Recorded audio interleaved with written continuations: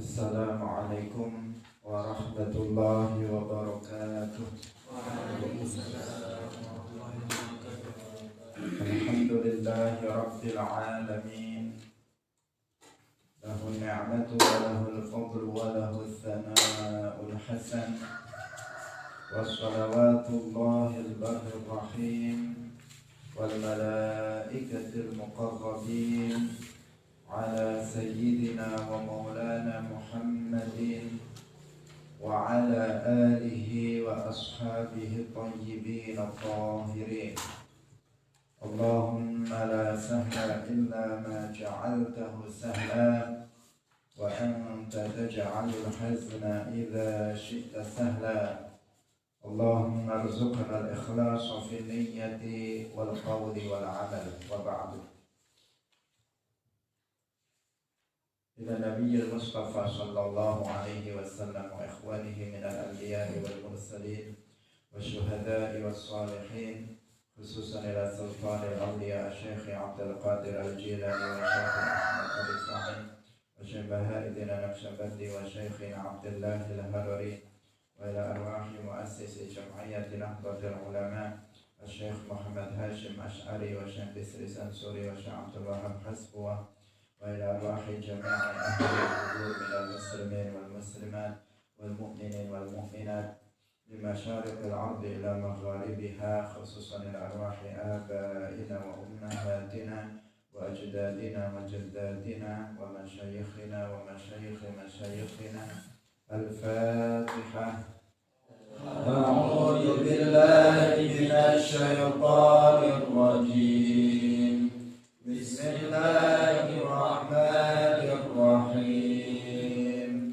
Alhamdulillahi rabbil alamin.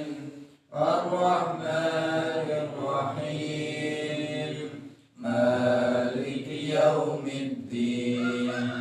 Iyyaka na'budu wa iyyaka nasta'in.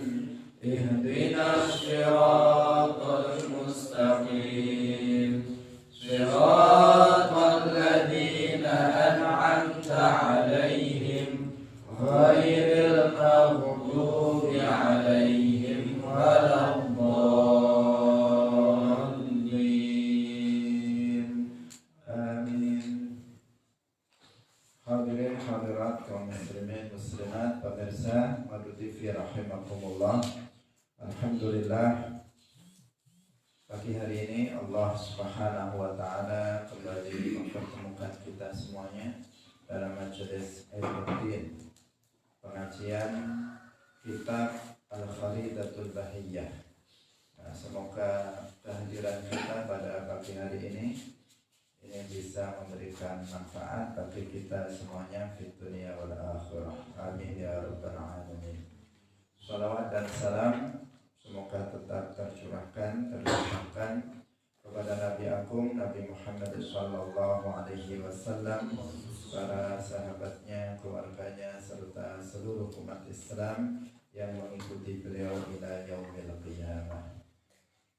Hadirin hadirat rahimakumullah. Mari kita mengikhlaskan niat kita lillahi ta'ala. Kita hadir dalam majelis ilmu ini semata-mata untuk mendapatkan ridha dari Allah Subhanahu wa ta'ala. Pada pagi hari ini kita akan memulai membaca kitab Manzumah Al-Kharidah Al-Bahiyah. Insyaallah kitabnya, ini kita membaca matannya saja, matan, kemudian kita memberikan penjelasan terhadap matan kitab ini, sehingga kita baca dengan makna Jawa sedikit, hanya nagomannya, kemudian kita akan lanjutkan dengan penjelasan dari matan Al-Kharidah Al-Bahiyah. Bagi yang menginginkan kitabnya bisa insyaallah besok kita sediakan. Hadirin hadirat rahimakumullah. Qala al-muallif rahimahullahu ta'ala Yaqulu raji rahmatil qadiri ay Ahmadul masyhuru bid-dardiri. Alhamdulillahil aliyyil wahidi al-alimil fardil ghaniyil majidi. Yaqulu dawuh sapa raji rahmatil qadiri wong kang ngarep-ngarep rahmate Allah kang maha kuwasa. Ay Ahmadu tegese Syekh Ahmad al-masyhuru kang den kenal bid-dardiri kelawan Syekh Dardir.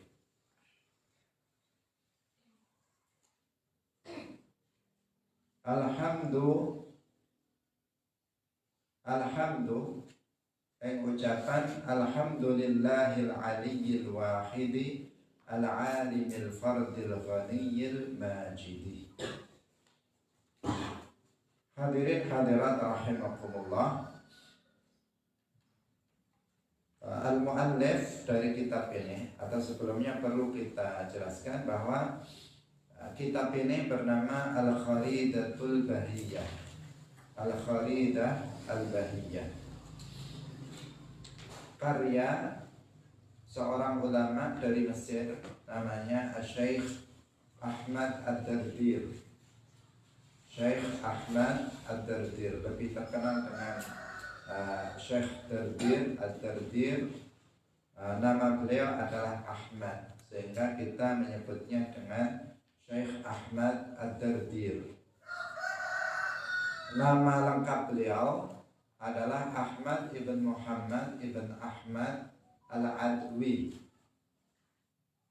Kunyahnya Abul Barakat, terkenal dengan Syekh Ad-Dardir.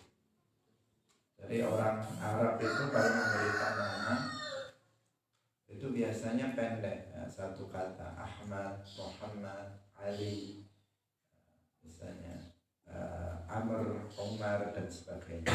Berbeda dengan kita sekarang ini yang minimal 2 kata, 3 kata, atau bahkan terkadang nama 3 orang jadi 1 untuk 1 orang.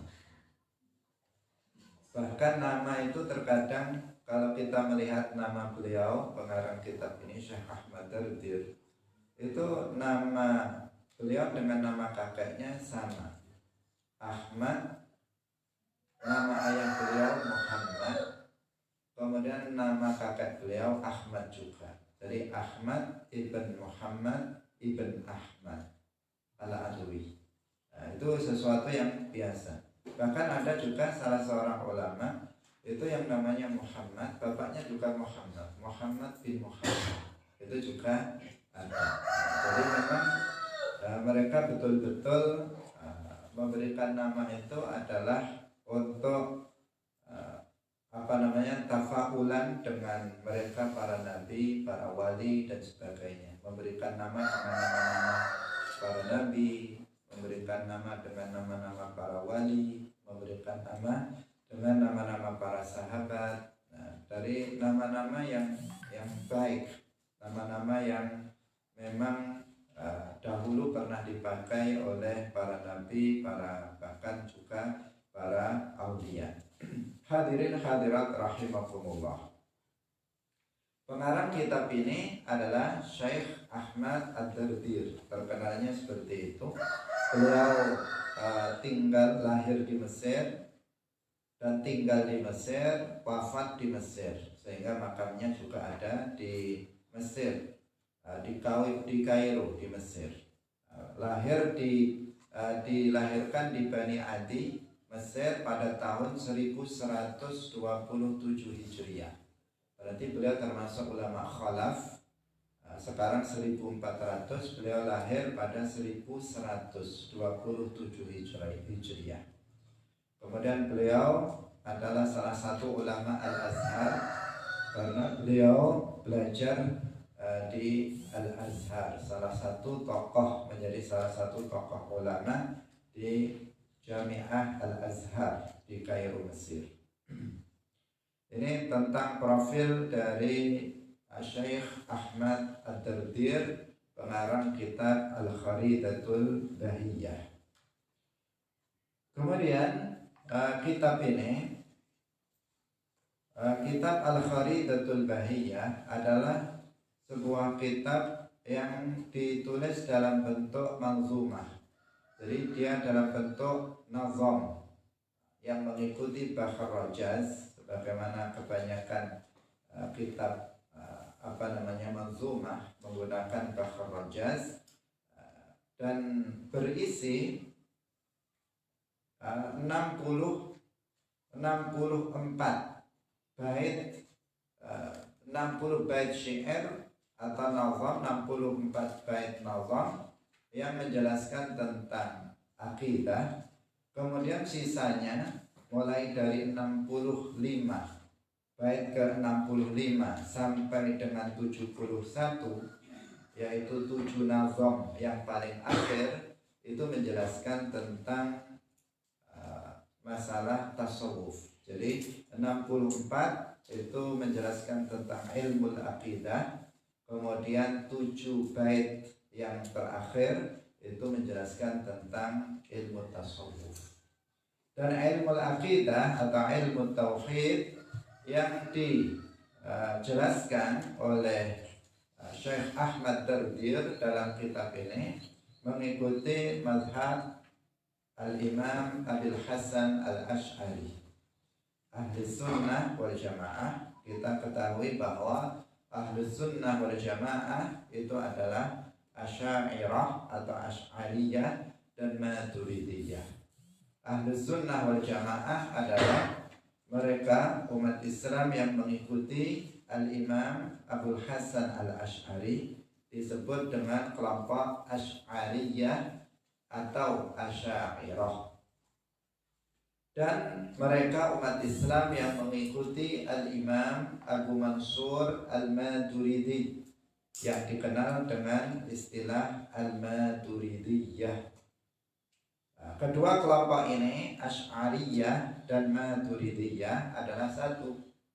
Mereka golongan Ahlus Sunnah wal Jamaah. Tidak ada perbedaan prinsip di antara kedua golongan ini. Antara Asy'ariyah dan Maturidiyah tidak ada perbedaan dalam prinsip akidah. Tidak ada perbedaan dalam usulul akidah. Karena permasalahan akidah itu dibagi menjadi dua. Ada usulul akidah, ada furu'ul akidah. Ada dasar dalam dasar-dasar akidah, permasalahan yang menjadi dasar akidah. Ada permasalahan yang tidak menjadi dasar dalam akidah, tetapi dia adalah permasalahan furu' dalam akidah, cabang dalam akidah. Perbedaan pendapat dalam furu'ul akidah itu terjadi di antara para ulama Ahlus Sunnah wal Jamaah, bahkan juga terjadi di antara para sahabat, terjadi di antara golongan Asy'ariyah dan Maturidiyah.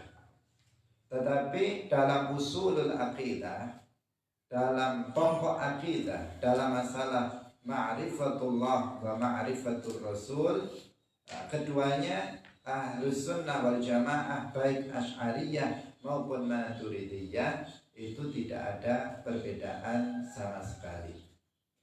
Mereka adalah satu, sehingga boleh dikatakan Asy'ariyah adalah Maturidiyah, Maturidiyah adalah Asy'ariyah. Maka saya misalnya bisa mengatakan saya adalah Asy'ari, saya adalah Maturidi. Jadi nggak ada beda.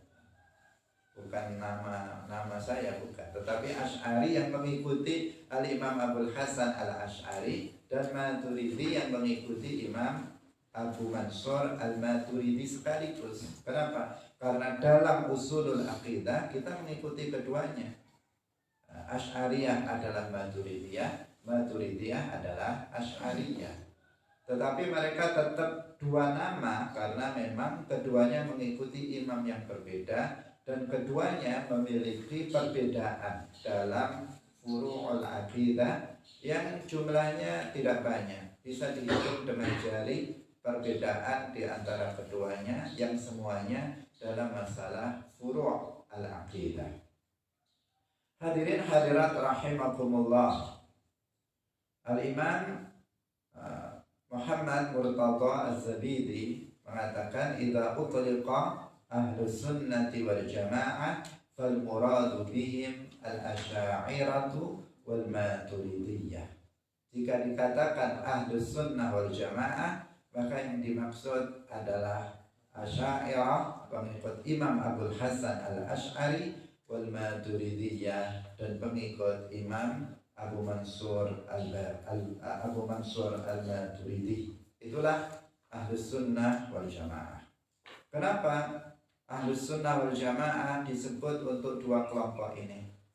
Karena kedua kelompok ini adalah kelompok mayoritas umat Islam sejak masa lalu hingga sekarang di seluruh dunia. Umat Islam mayoritas kebanyakan adalah Asy'ariyah dan Maturidiyah. Dan Rasulullah Shallallahu Alaihi Wasallam telah menjelaskan bahwa kelompok mayoritas umat Islam tidak akan sesat. Rasulullah telah menjelaskan bahwa mayoritas umat Islam adalah Ahlus Sunnah wal Jamaah. Ketika Rasulullah Shallallahu Alaihi Wasallam ditanya dalam salah satu riwayat dari sekian banyak riwayat tentang al-firqatun najiyah, kelompok yang selamat. Siapakah kelompok yang selamat itu? Ketika beliau bersabda sataftariqu ummati ala 73 firqatan kulluhum finnari illa firqatan wahidah. Dalam riwayat lain illa millatan wahidah. Qalu man hiya ya Rasulullah? Umatku akan terpecah menjadi 73 golongan, semuanya di neraka kecuali satu. Para sahabat bertanya, siapa kelompok satu yang selamat itu, wahai Rasulullah? Dalam satu riwayat disebutkan as-sawadul a'zam, bahwa kelompok yang selamat itu adalah mayoritas umat Islam. Nah, dalam hadis yang lain Rasulullah Shallallahu Alaihi Wasallam juga berpesan kepada kita agar kita bergabung dengan mayoritas umat Islam. Beliau bersabda, "Fa'idza ra'aitum ikhtilafan fa'alaikum bis-sawadil a'zam." Fa'idza ra'aitum ikhtilafan, apabila kalian melihat perpecahan, kalian melihat ada kelompok ini, kelompok itu, kelompok ini, kelompok itu, paham ini, paham itu, aliran ini, aliran itu, kalian melihat seperti itu, maka fa'alaikum bis-sawadil a'zam, maka bergabunglah kalian dengan mayoritas umat Islam. Itu adalah perintah Nabi. Itu adalah wasiat Nabi kepada kita, bahwa ketika kita melihat perselisihan, ketika kita melihat banyaknya paham-paham, banyaknya aliran-aliran, maka ikutilah kebanyakan umat Islam. Kenapa kita diperintahkan untuk mengikuti kebanyakan umat Islam? Karena kebanyakan umat Islam tidak akan sesat. Kebanyakan umat Islam tidak akan menyimpang dari akidah Rasulullah dan akidah para sahabatnya. Dengan demikian maka terbuktilah bahwa mayoritas umat Islam selama ini ternyata Asy'ariyah dan Maturidiyah. Indonesia, negara Islam terbesar, penduduk umat Islam yang paling banyak di seluruh dunia ini di Indonesia. Sejak Islam masuk ke Indonesia, akidah yang dibawa oleh para penyebarnya dan dianut oleh mayoritas umat Islam adalah Asy'ariyah, Maturidiyah. Sejak Islam masuk ke Indonesia sudah seperti ini, Asy'ariyah, Maturidiyah. Dan jumlah umat Islam di Indonesia adalah yang terbesar. Belum lagi Malaysia, belum lagi Brunei Darussalam, belum lagi Mesir, belum lagi negara-negara Syam, belum lagi negara-negara di daerah Rusia dan sebagainya yang mereka juga Asy'ariyah, Maturidiyah. Nah, maka ini membuktikan bahwa Ahlus Sunnah wal Jamaah adalah mayoritas umat Islam, mereka adalah Asy'ariyah dan Maturidiyah. Kitab ini Al-Kharidatul Bahiyah karya Syekh Ahmad Ad-Dardir ditulis untuk menjelaskan ilmu al-aqidah, mengikuti madhab Asy'ariyah, mengikuti madhab Ahlus Sunnah wal Jamaah Al-Imam Abul Hasan Al-Asy'ari. Sedangkan beliau sendiri, Al-Imam Syekh Ahmad Ad-Dardir, beliau ini dalam fikih, beliau adalah Maliki. Mereka mengikuti Al-Imam Malik bin Anas, yang disebut dengan madhab Maliki. Kalau kita, kebanyakan umat Islam di Indonesia ini mengikuti Al-Imam Asy-Syafi'i radhiyallahu anhu. Kalau Syekh Ahmad Ad-Dardir dalam fikih, beliau mengikuti Al-Imam Malik bin Anas. Beliau Maliki, bermadhab Malik. Tetapi semua madhab dalam fikih itu semuanya Ahlus Sunnah wal Jamaah. Para ulama pengikut 4 madhab ini dalam akidah, mereka adalah Asy'ariyah, Maturidiyah. Jadi mereka yang Hanafiyah, para ulama yang bermadhab Hanafi, mereka adalah Asy'ariyah atau Maturidiyah. Mereka para ulama yang mengikuti madhab Maliki atau Malikiyah, mereka adalah dalam akidah Asy'ariyah, Maturidiyah. Mereka para ulama Syafi'iyah, pengikut Imam Asy-Syafi'i, dalam akidah mereka adalah Asy'ariyah, Maturidiyah. Mereka para ulama Hanabilah, para pengikut Al-Imam Ahmad bin Hanbal, sebagian besar mereka adalah Fudhala Al-Hanabilah. Mereka semuanya juga mengikuti dalam akidah Asy'ariyah, Maturidiyah. Sehingga dalam dalam NU juga disebutkan bahwa dalam akidah kita ini mengikuti 2 imam, Al-Imam Abul Hasan Al-Asy'ari dan Al-Imam Abu Mansur Al-Maturidi. Kita ini Asy'ariyah, Maturidiyah dalam bidang akidah. Sedangkan dalam bidang ahkam, dalam bidang fikih, kita ini adalah mengikuti salah satu dari 4 mazhab. Mengikuti salah satu dari 4 mazhab, yaitu Hanafi, Maliki, Syafi'i, Hambali. Kita mengikuti salah satu dari 4 mazhab ini. Karena 4 mazhab ini dalam akidah mereka sama, mereka adalah Asy'ariyah, Maturidiyah. Mereka para pengikut 4 mazhab ini dalam akidah mereka mengikuti Al-Imam Abul Hasan Al-Asy'ari dan Al-Imam Abu Mansur Al-Maturidi. Hadirin hadirat rahimakumullah. Kemudian sehingga kitab Al-Kharidatul Bahiyah ini dipelajari, menjadi kurikulum di Al-Azhar Mesir, juga menjadi kurikulum tetap di pondok-pondok pesantren di Indonesia. Di pondok-pondok pesantren yang ada di Indonesia sejak dahulu itu pasti mengenal kitab Al-Kharidatul Bahiyah dan diajarkan di awal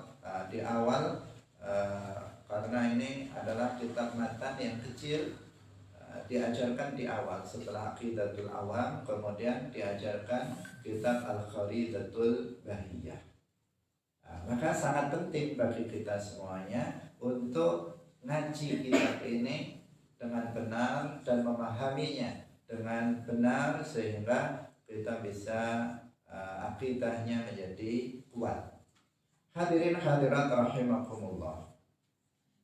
Kenapa kita belajar kitab ini? Selain bahwa kitab ini adalah kitab yang mu'tabar, diajarkan di pondok pesantren dan bahkan menjadi kurikulum di Jami'ah Al-Azhar di Mesir. Lebih dari itu bahwa kitab ini membahas tentang permasalahan akidah.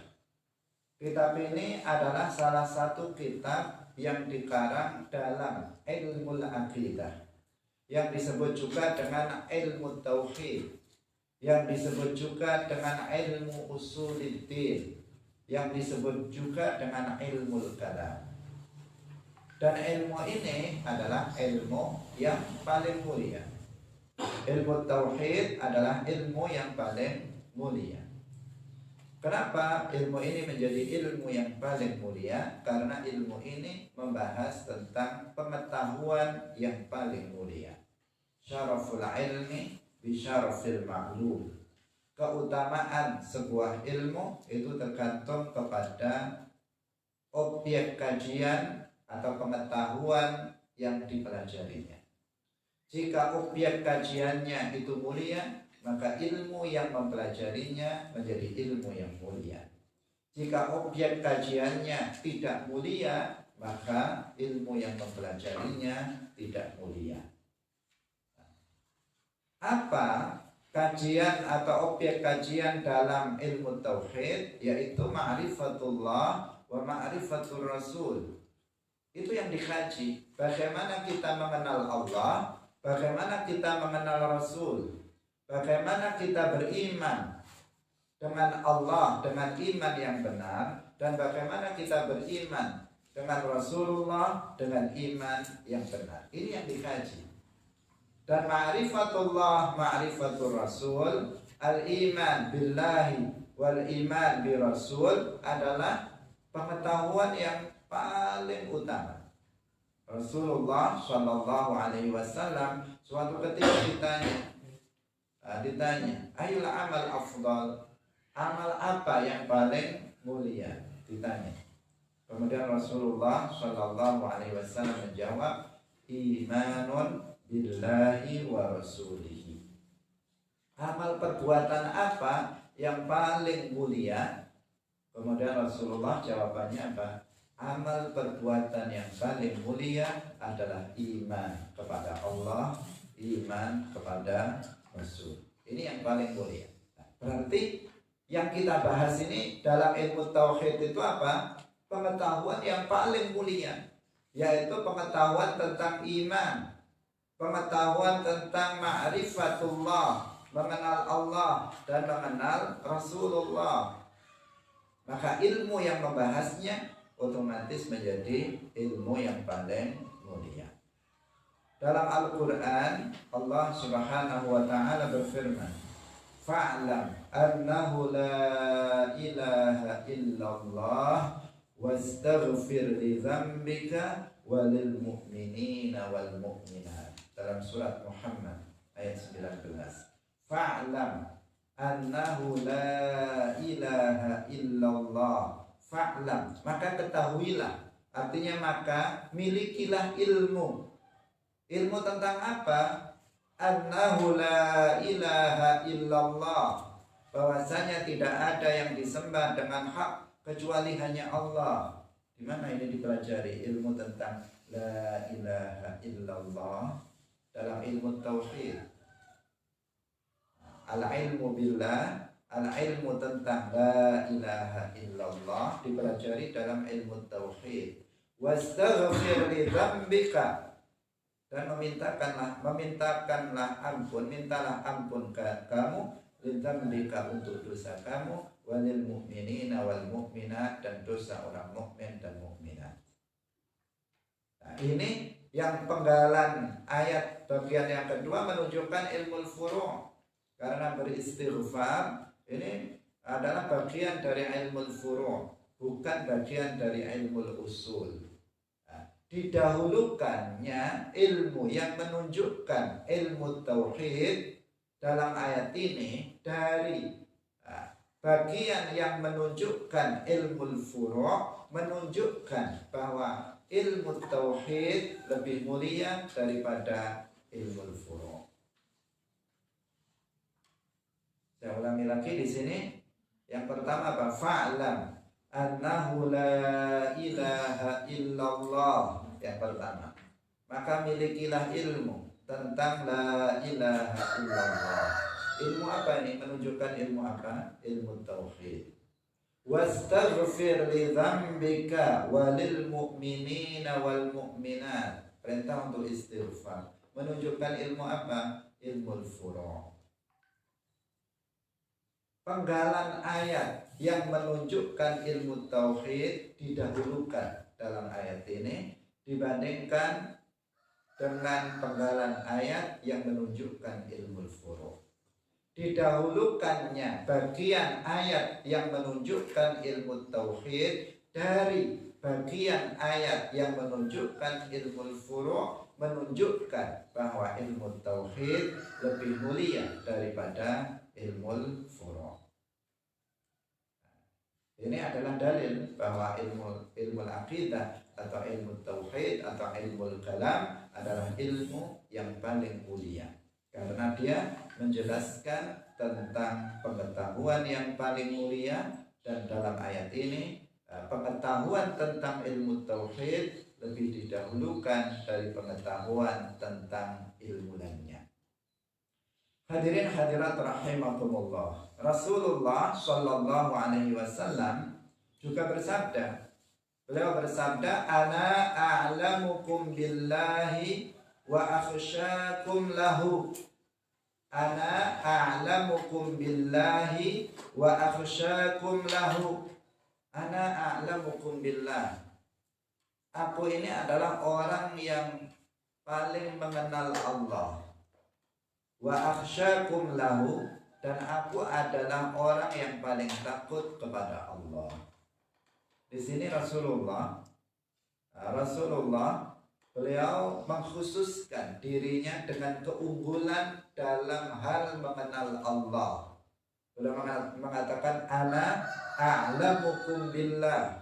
Saya adalah orang yang paling mengenal Allah dibandingkan dengan manusia lainnya. Beliau adalah a'lamukum billah. Beliau mengatakan, saya adalah orang yang paling mengenal Allah.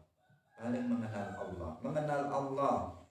Rasulullah mengkhususkan dirinya dengan itu, menunjukkan bahwa pengetahuan tentang Allah, al-ilmu billah, adalah sesuatu yang paling mulia, sehingga Rasulullah dalam hadis ini mengkhususkan diri beliau unggul dalam masalah ilmu ini, yaitu ilmu tauhid.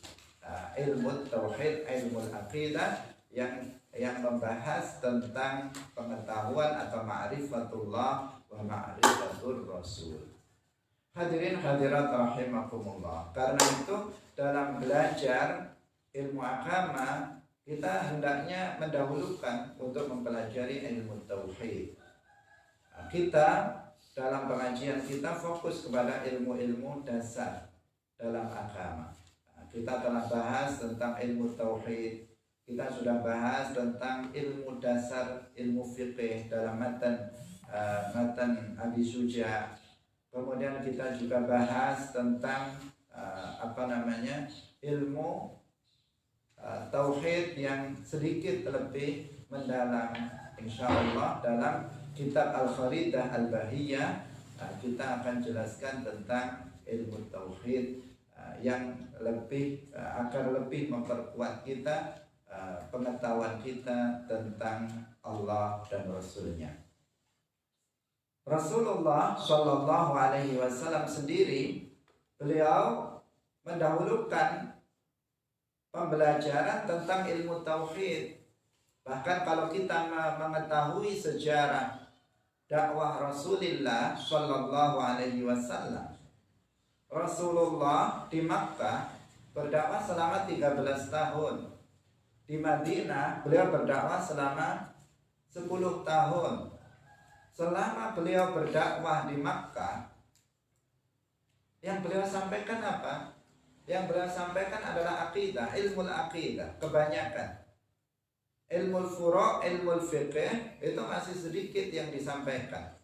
Bahkan sebagian besar tentang ahkam syar'iyah itu seperti puasa, seperti zakat, sholat itu menjelang beliau hijrah, sudah di akhir-akhir, artinya sudah tidak di awal sekali diajarkan oleh Rasulullah. Bahkan tidak dari awal disyariatkan dalam Islam. Tetapi awal-awal yang didakwahkan adalah tauhid, tauhidullah. Itu yang diajarkan pertama oleh Rasulullah. Sehingga dalam sebuah hadis yang diriwayatkan oleh Ibnu Majah dari sahabat Jundub ibn Abdillah, beliau mengatakan, kunna ma'an nabiyyi sallallahu alaihi wasallam wa nahnu fityanun hazawirah. Dahulu kami bersama Nabi sallallahu alaihi wasallam, ketika itu kami ini masih muda belia. Kami masih muda belia. Fityanun hazawirah. Fata'allamnal iman. Kemudian kami belajar iman.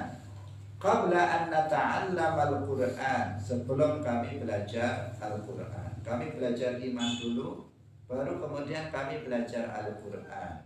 Tsumma ta'allamnal Qur'ana fazdadna bihi imana. Kemudian kami belajar Al-Qur'an, maka bertambahlah dengan belajar Al-Qur'an itu keimanan kami. Ini hadis yang menceritakan bagaimana pembelajaran di masa Rasulullah Shallallahu Alaihi Wasallam, bahwa mereka ketika masih muda-muda para sahabat ini pertama kali diajarkan oleh Nabi perihal tentang keimanan, yang sekarang disebut dengan ilmu tauhid atau ilmu aqidah atau ilmu kalam atau ilmu usuluddin. Ini yang diajarkan masih muda belia. Para sahabat yang masih muda-muda diajari oleh Nabi ilmu tauhid. Kemudian belajar Al-Quran. Setelah belajar Al-Quran, maka bertambahlah keimanan mereka. Ini yang diceritakan oleh sahabat Jundub ibn Abdillah, bagaimana pembelajaran agama di masa Rasulullah Shallallahu Alaihi Wasallam. Karena itulah kita juga mengikuti apa yang disampaikan oleh Rasulullah Shallallahu Alaihi Wasallam. Kita fokus dalam permasalahan-permasalahan akidah, tetapi juga permasalahan fikih yang dasar. Karena ini adalah bagian dari ilmu yang hukum mempelajarinya fardu ain. Hadirin hadirat rahimakumullah. Ilmu tauhid adalah ilmu yang sangat penting, sangat penting sekali, karena berkaitan dengan keimanan, dan keimanan yang benar adalah akan menjadi penyelamat bagi seseorang nanti di akhirat.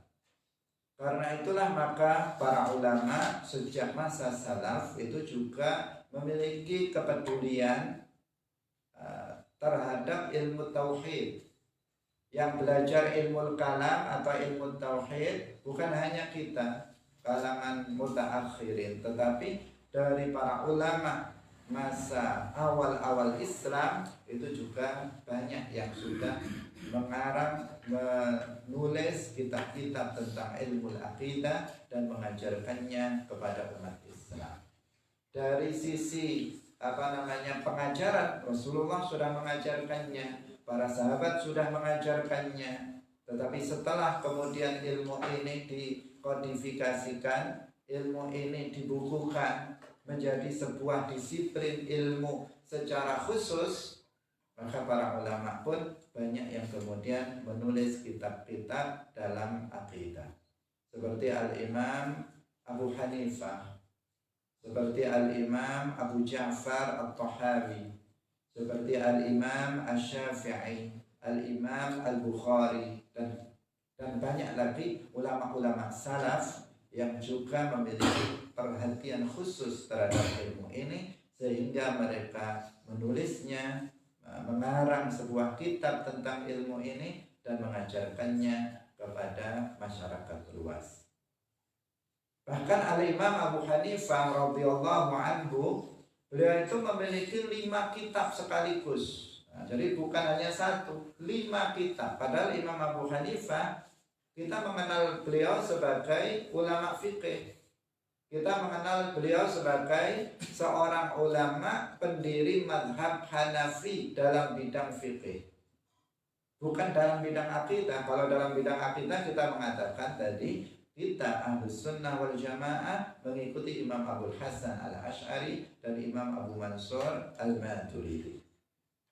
Karena yang memiliki rumusan dalam bidang akidah adalah kedua imam ini. Al-Imam Abu Hanifah, beliau memiliki rumusan dalam bidang fikih.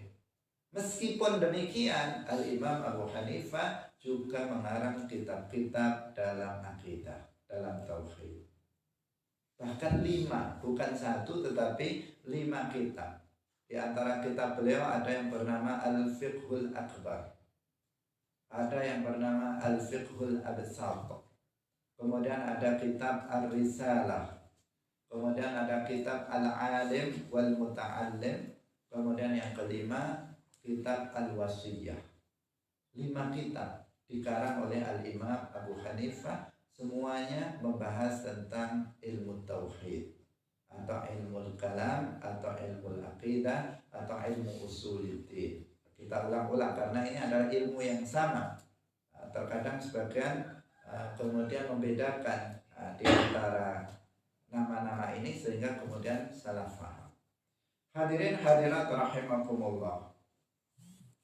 Al-Imam Asy-Syafi'i radhiyallahu anhu, beliau juga dikenal dengan ulama pendiri madhab fiqih, yaitu madhab Syafi'i.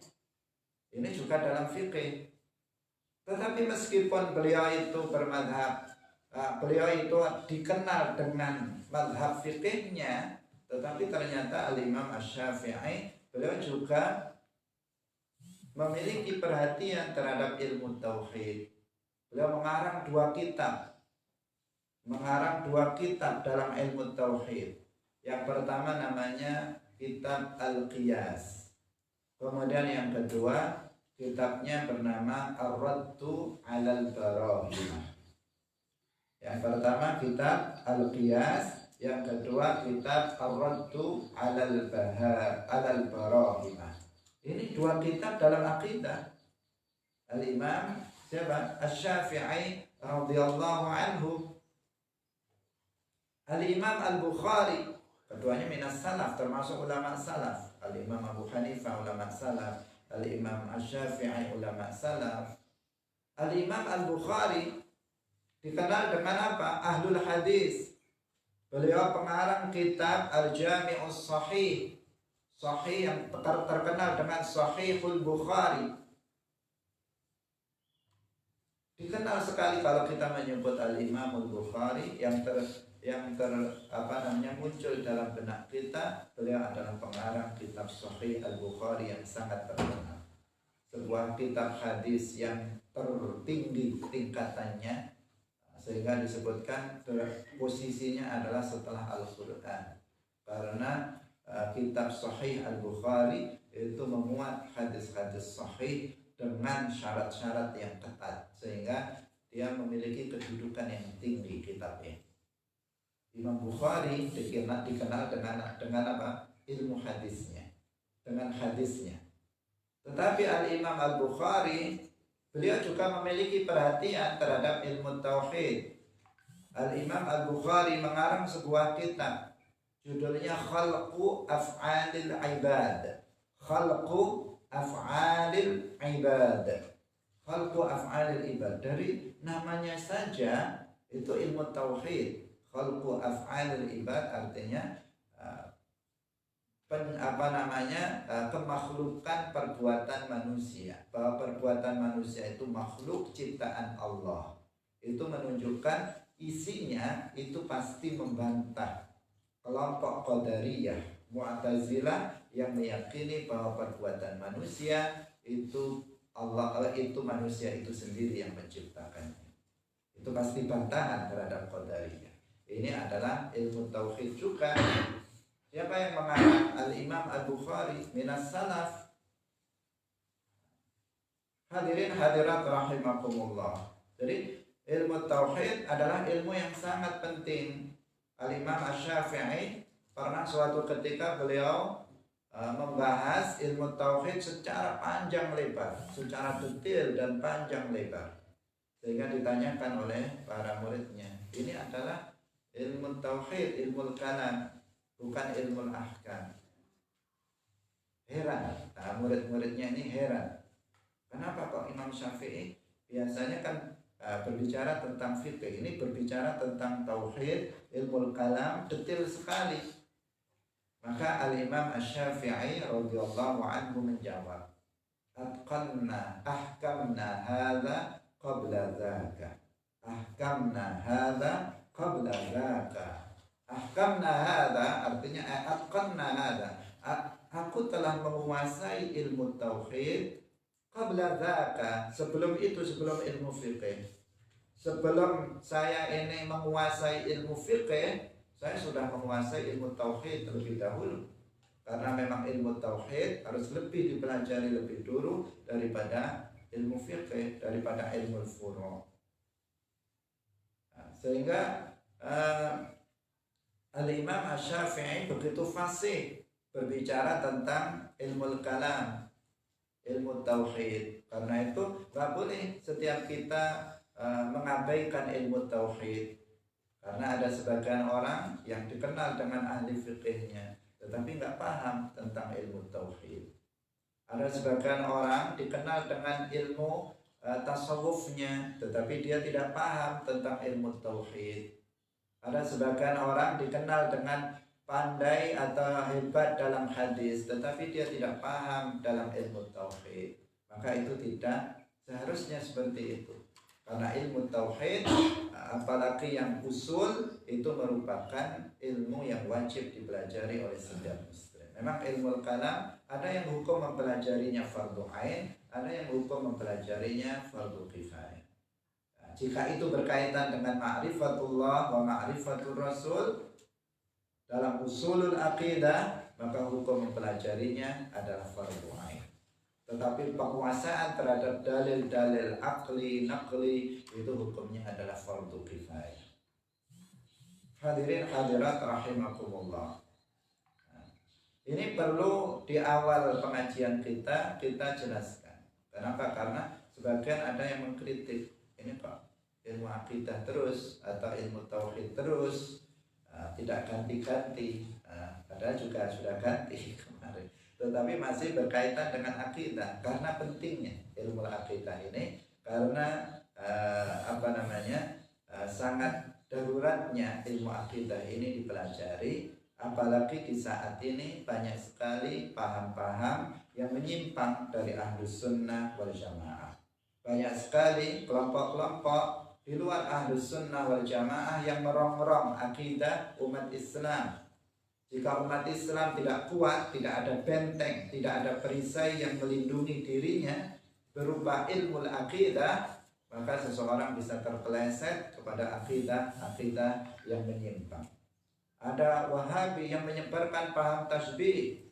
Apabila umat Islam tidak paham tentang ilmu akidah, mereka akan terseret pada paham tasbih. Dan itu sudah terbukti banyak di antara kita, di antara teman-teman kita dahulu, itu yang kemudian mereka menjadi Wahabi saat ini.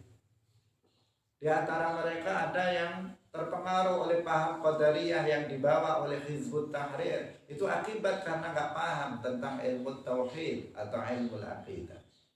Maka ilmu akidah adalah benteng dari bahaya pengaruh paham-paham yang menyimpang dari akidah Ahlus Sunnah wal Jamaah.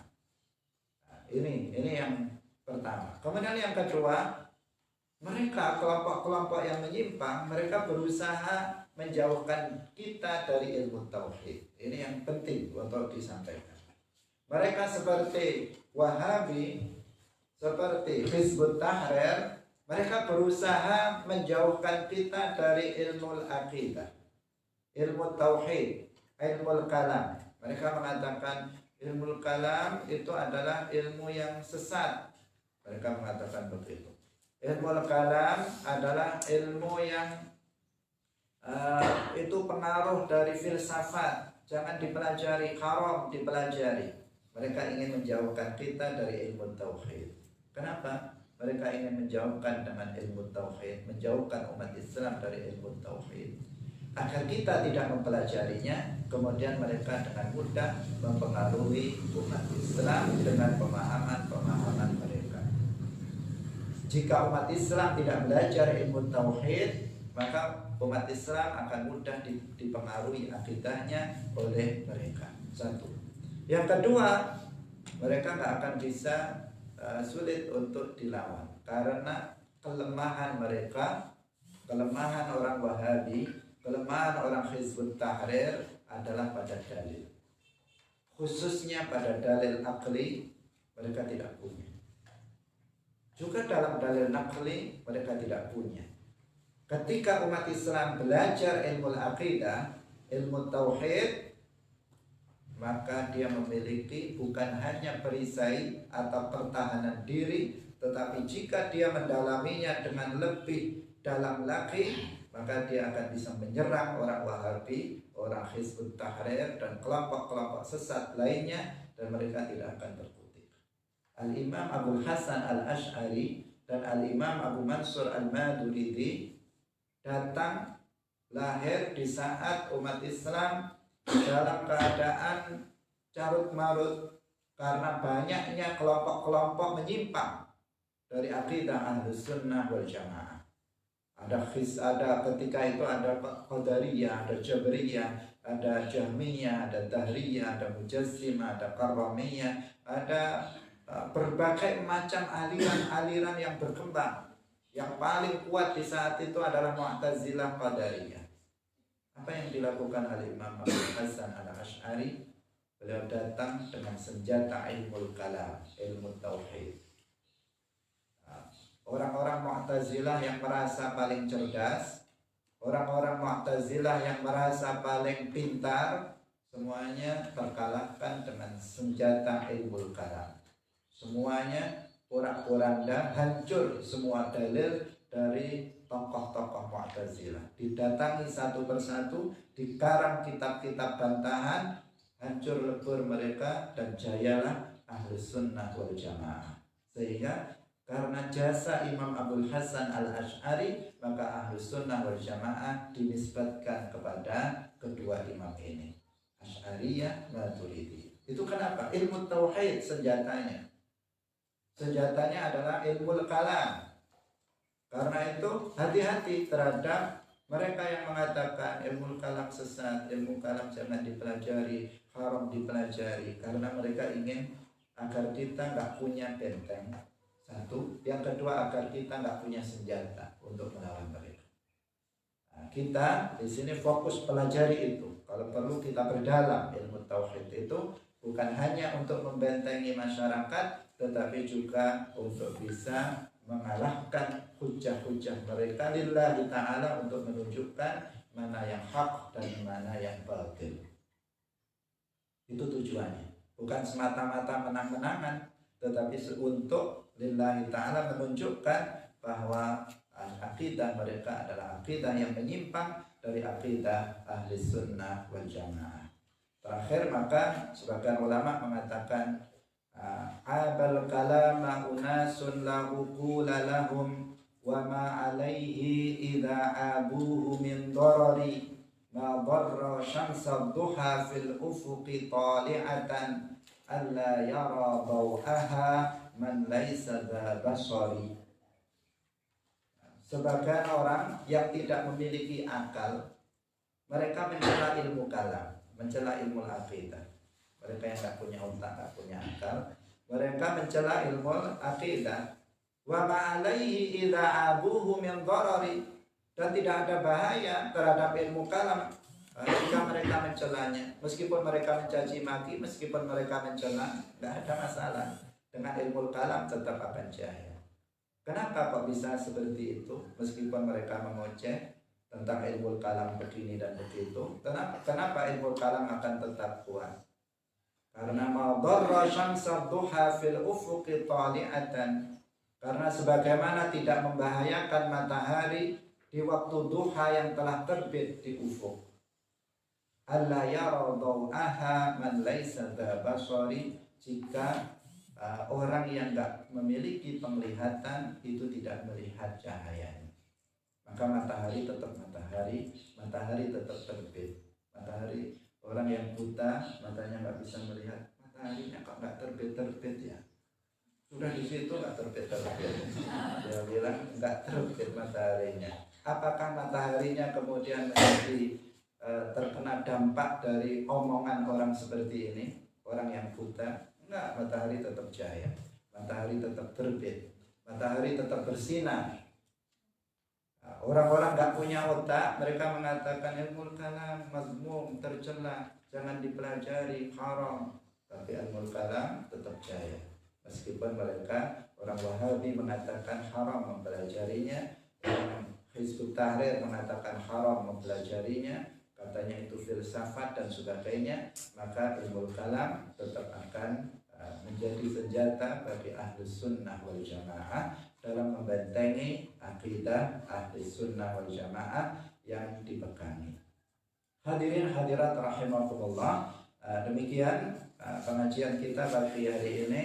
Masih muqaddimah, kita menjelaskan bahwa kitab Al-Kharidah Al-Bahiyah, Al-Kharidatul Bahiyah adalah kitab yang mengkaji tentang ilmu tauhid, ilmu yang paling mulia, ilmu yang wajib dipelajari setiap muslim. Mungkin sebagian masalah nanti kita akan mengulang, karena mengulang sebelumnya dari aqidatul awam, karena tidak banyak perbedaan-perbedaan, tetapi ini semuanya adalah dalam rangka memperkuat akidah kita, akidah ahli sunnah wal jamaah. Barakallahu fikum, wallahu muwaffiq li aqwamit thariq.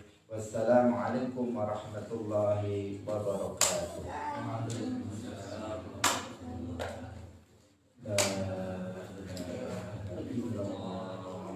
Allahumma shalli ala sayyidina Muhammad wa ala alihi wa sahbihi wa sallim.